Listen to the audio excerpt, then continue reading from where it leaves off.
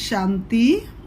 20 अगस्त 2024 प्रातः मुरली। ओम शांति। बाप दादा मधुबन। आज बाबा ने सुनाया, मीठे बच्चे, काम काज करते हुए भी एक बाप की याद रहे। चलते फिरते बाप और घर को याद करो, यही तुम्हारी बहादुरी है। मीठे बच्चे, काम काज करते हुए भी एक बाप की याद रहे। चलते फिरते बाप और घर को याद करो, यही तुम्हारी बहादुरी है। आज की मुरली से बाबा ने प्रश्न किया है, बाप का रिगार्ड और डिसरिगार्ड कब और कैसे होता है? बाप का रिगार्ड और डिसरिगार्ड कब और कैसे होता है? उत्तर में बाबा ने बताया, जब तुम बच्चे बाप को अच्छी तरह याद करते तब रिगार्ड देते हो। अगर कहते याद करने की फुर्सत नहीं है तो ये भी जैसे डिसरिगार्ड है। वास्तव में ये बाप का डिसरिगार्ड नहीं करते, ये तो अपना ही डिसरिगार्ड करते हो। इसलिए नामी ग्रामी केवल भाषण में नहीं लेकिन याद की यात्रा में बनो।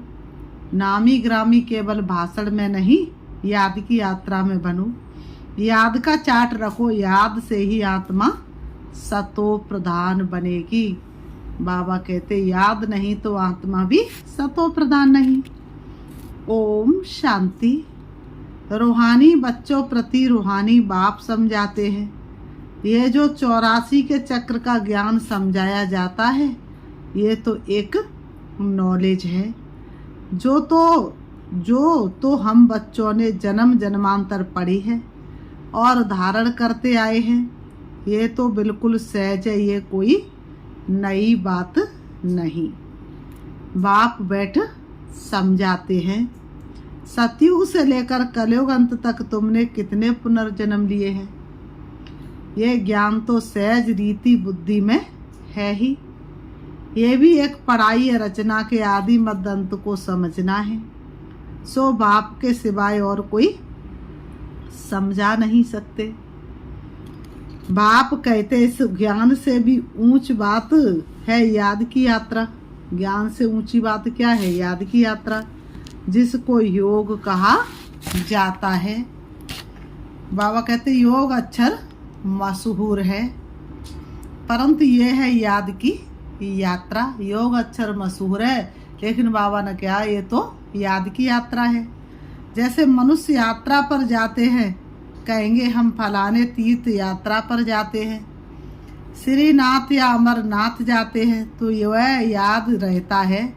अभी तुम जानते, रूहानी बाप तो बड़ी लंबी यात्रा सिखलाते हैं कि मुझे याद करो।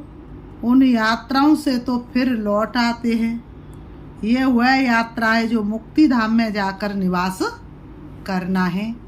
यात्रा शुरू होती है संगम से, फिर पहुंच जाते हैं परम धाम में, फिर आते हैं सतयुग में। बल पाठ में आना है, परंतु इस पुरानी दुनिया में नहीं। इस पुरानी दुनिया से तुमको वैराग्य है। ये तो छींची रावण राज्य है। तो मूल बात है याद की यात्रा। कई बच्चे ये भी समझते नहीं है कि कैसे याद करना है। कोई याद करते हैं व नहीं करते हैं, ये देखने में तो कोई चीज़ नहीं आती है।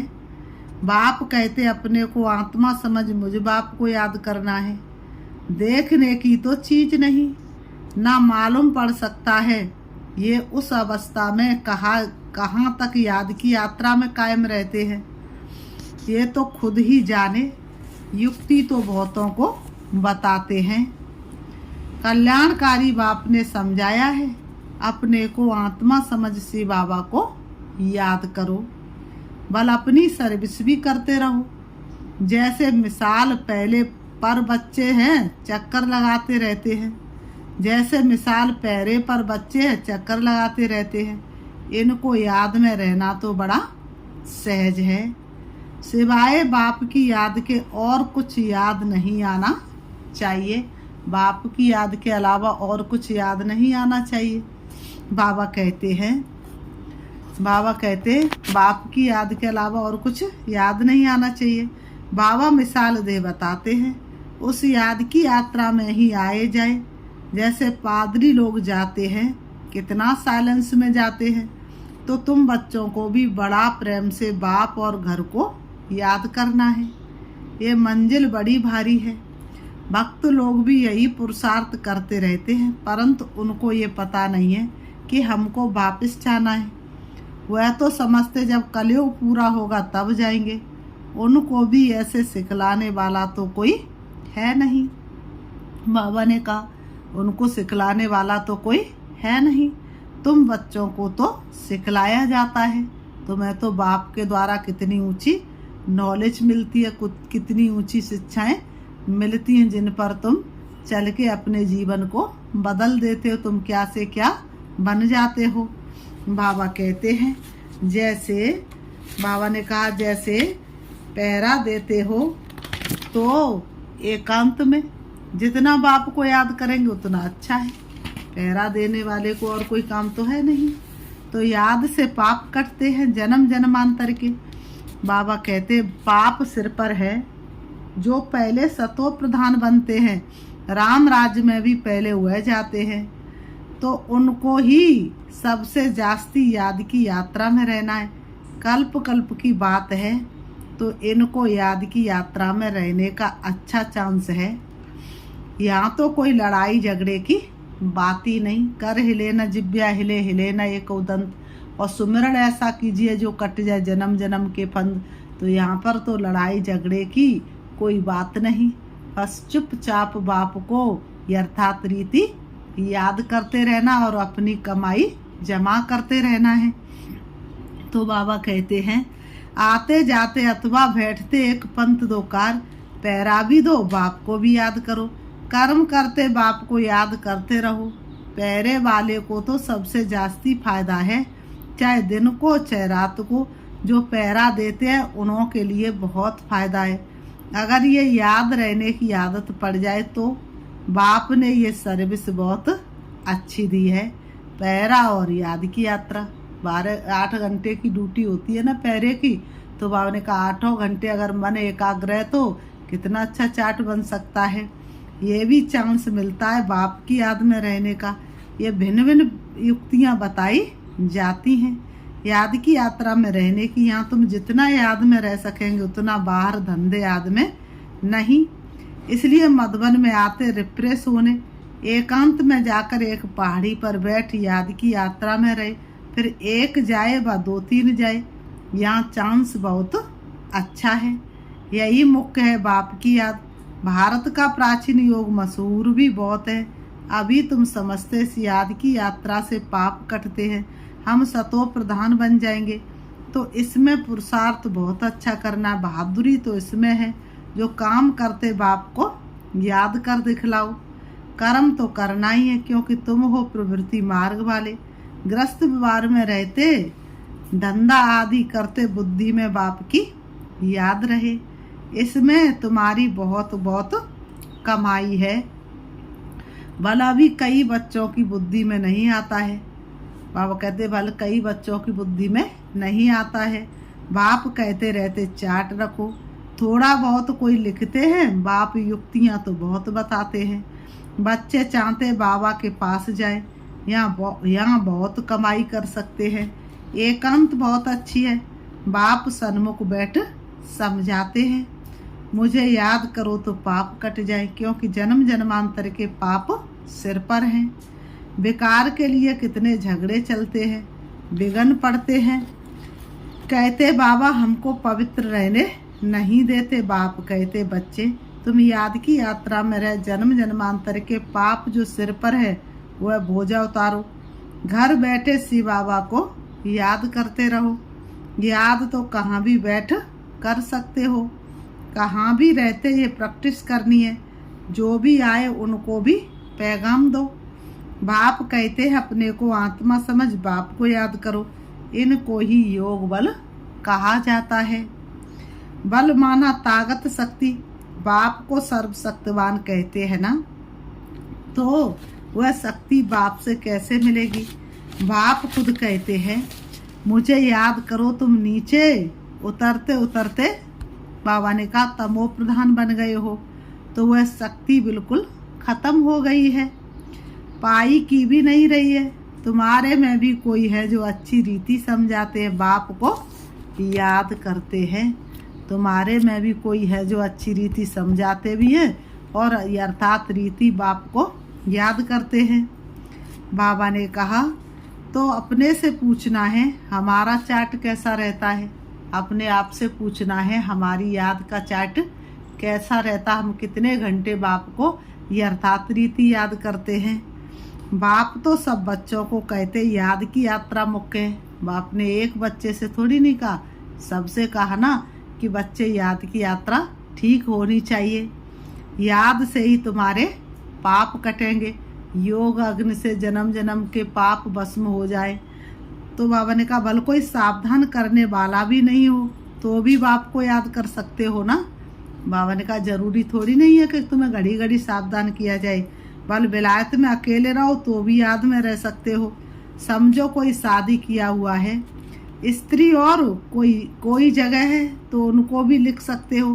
तुम एक बात सिर्फ याद करो, बाप को याद करो, तो जन्म जन्मांतर के पाप भस्म हो जाएंगे। विनाश सामने खड़ा है, विकराल विनाश सामने खड़ा है। बाप युक्तियां तो बहुत अच्छी समझाते रहते हैं, मुरलियों के द्वारा बाप ने कितनी अच्छी युक्तियां समझाई। फिर कोई करे ना करे उनकी मर्जी। बच्चे भी समझते होंगे कि बाप राय तो बहुत अच्छी देते हैं, बच्चे भी समझते बाबा कितनी अच्छी राय देते हैं, ऐसी राय और कोई तो दे ना सके। हमारा काम है मित्र संबंधी याद जो भी मिले सबको पैगाम देना, पवित्रता की राह पर हमको चलते जाना है और जो भी मिले राह में उसे मंजिल पर पहुंचाना है। दोस्त हो या कोई भी हो, सर्विस का शौक चाहिए। तुम्हारे पास चित्र तो है, बैज भी है, ये बड़ी अच्छी चीज है। बाबा ने कहा चित्र और बैज ये बहुत अच्छी चीज है। बैज किसको भी लक्ष्मी नारायण बना सकता है। त्रिमूर्ति के चित्र पर अच्छी तरह समझाना है, इनके ऊपर शिव है, वो लोग त्रिमूर्ति बनाते ऊपर में शिव दिखाते नहीं हैं, त्रिमूर्ति में शिव को गुम कर दिया है। शिव को न जाने के कारण भारत का बेड़ा डूबा हुआ है। शिव परमात्मा को भूलने के कारण ही तो भारत का बेड़ा डूब गया है ना। अब शिव बाबा द्वारा ही भारत का बेड़ा पार होता है। पुकारते हैं पतित पावन आकर, हम पतितों को पावन बनाओ, फिर भी सर्वव्यापी कह देते हैं। एक तरफ तो पुकारते हैं पतितों को पावन बनाने वाले, हे प्रभु आ जाओ और हम सभी को पावन बना जाओ, और दूसरी तरफ फिर उस परमात्मा को सर्वव्यापी कहते रहते हैं। कितनी पाई पैसे की भूल है। बाप बैठ समझाते हैं तुमको ऐसे ऐसे भाषण करना है, बाप भी डायरेक्शन देते रहते हैं, ऐसे म्यूजियम खोलो, सर्विस करो तो बहुत आएंगे। सर्कस भी बड़े बड़े शहरों में खोलते हैं ना। बाबा देखो कैसे अच्छे अच्छे उदाहरण दे करके समझाते हैं, कितना उनके पास सामान रहता है, गांव गांव से देखने के लिए लोग आते हैं।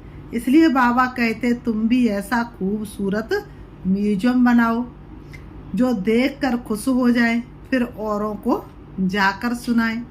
ये भी समझाते हैं जो कुछ सर्विस होती है कल्प पहले मिसल होती है, परंतु सतो प्रधान बनने का ओना बहुत रखना है कि मुझे आत्मा को 16 कला संपूर्ण जरूर बनना है।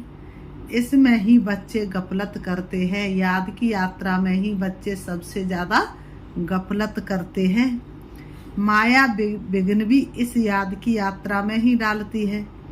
अपने दिल से पूछना है, इतना हमको शौक है, मेहनत करते हैं, ज्ञान तो कॉमन बात है, सरल है। बाप बिगर 84 का चक्र कोई समझा न सके, बाकी याद की यात्रा है मुख्य। पिछाड़ी में कोई भी याद ना आए सिवाय एक बाप के, पिछाड़ी में बाप के अलावा कोई ना याद आए।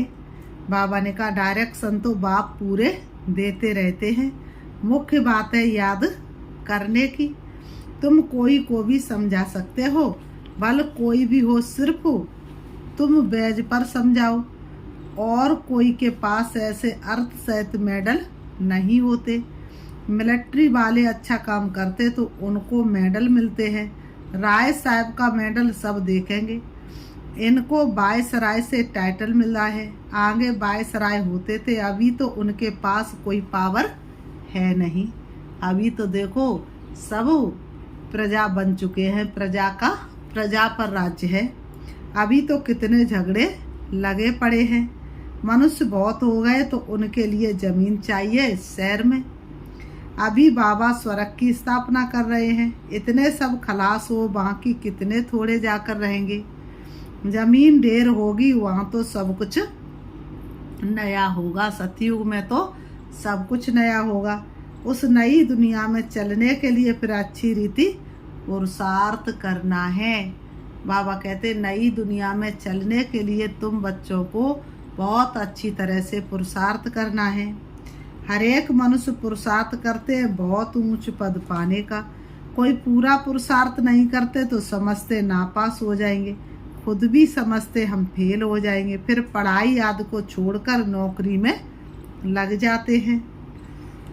आजकल तो नौकरियों में भी बहुत कड़े कायदे निकालते रहते हैं। आजकल तो नौकरी भी इतनी सहज मिल नहीं सकती। मनुष्य बहुत दुखी है। अब बाबा तुमको ऐसा रास्ता बताते जो 21 जन्म कभी दुख का नाम नहीं रहेगा। बाप कहते सिर्फ याद की यात्रा में रहो। जितना हो सके रात को बहुत अच्छा है, बल लेटे हुए याद करो। कोई को फिर नींद आ जाती है, बूढ़ा होगा जास्ती बैठ नहीं सकेगा तो जरूर सो जाएगा। लेटे हुए बाप को याद करते रहेंगे, बड़ी खुशी अंदर में होती रहेगी, क्योंकि बहुत बहुत कमाई है। ये तो समझते टाइम पड़ा है, परंतु मौत का तो कोई ठिकाना नहीं है। लोग सोचते अभी तो टाइम पड़ा है, थोड़ा और कुछ कर लें, पर बाबा कहते मौत का तो कोई ठिकाना नहीं है। बाबा ने कहा तो बाबा कहते तो बाप समझाते मूल है याद की यात्रा।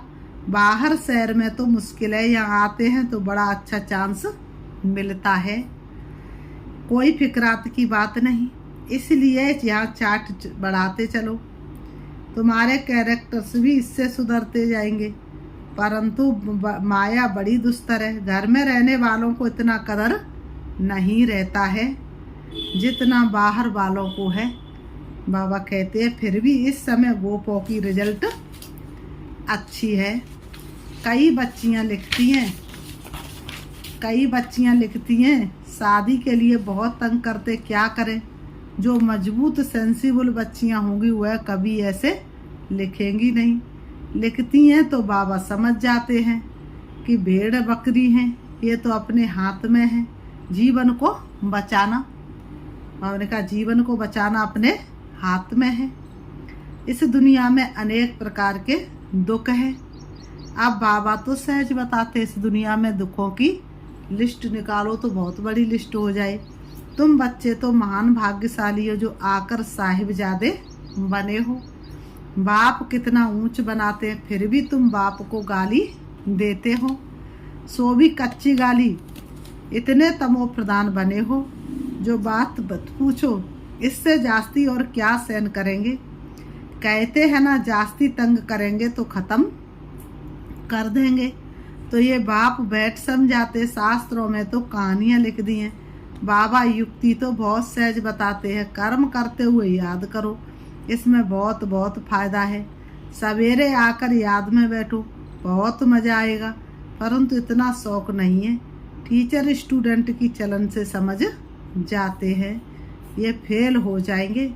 बाप भी समझते हैं ये फेल हो जाएंगे। सो भी कल्पांतर के लिए। बल भाषण में तो बहुत होशियार है, प्रदर्शनी भी समझा लेते हैं, परंतु याद है नहीं, इसमें फेल हो पड़ते हैं। ये भी जैसे डिसरिगार्ड करते हैं, अपना ही करते हैं।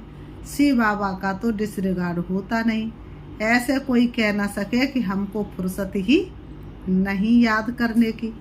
बाबा मानेंगे ही नहीं। स्नान पर भी याद कर सकते हो, भोजन करते समय बाप को याद करो, इसमें बहुत बहुत कमाई है। कई बच्चे सिर्फ भाषण में नामी गिरामी है, योग है नहीं, वह अहंकार भी गिरा देता है।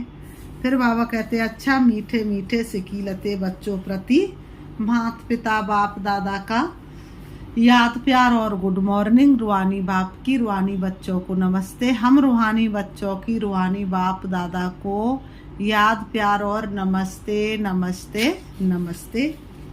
दाड़ा के लिए मुक्सा नंबर 1, सर्वशक्तिवान बाप से शक्ति लेने के लिए याद का चार्ट बढ़ाना है।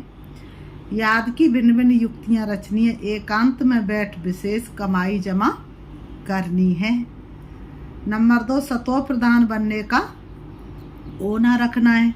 गफलत नहीं करनी है, अहंकार में नहीं आना है।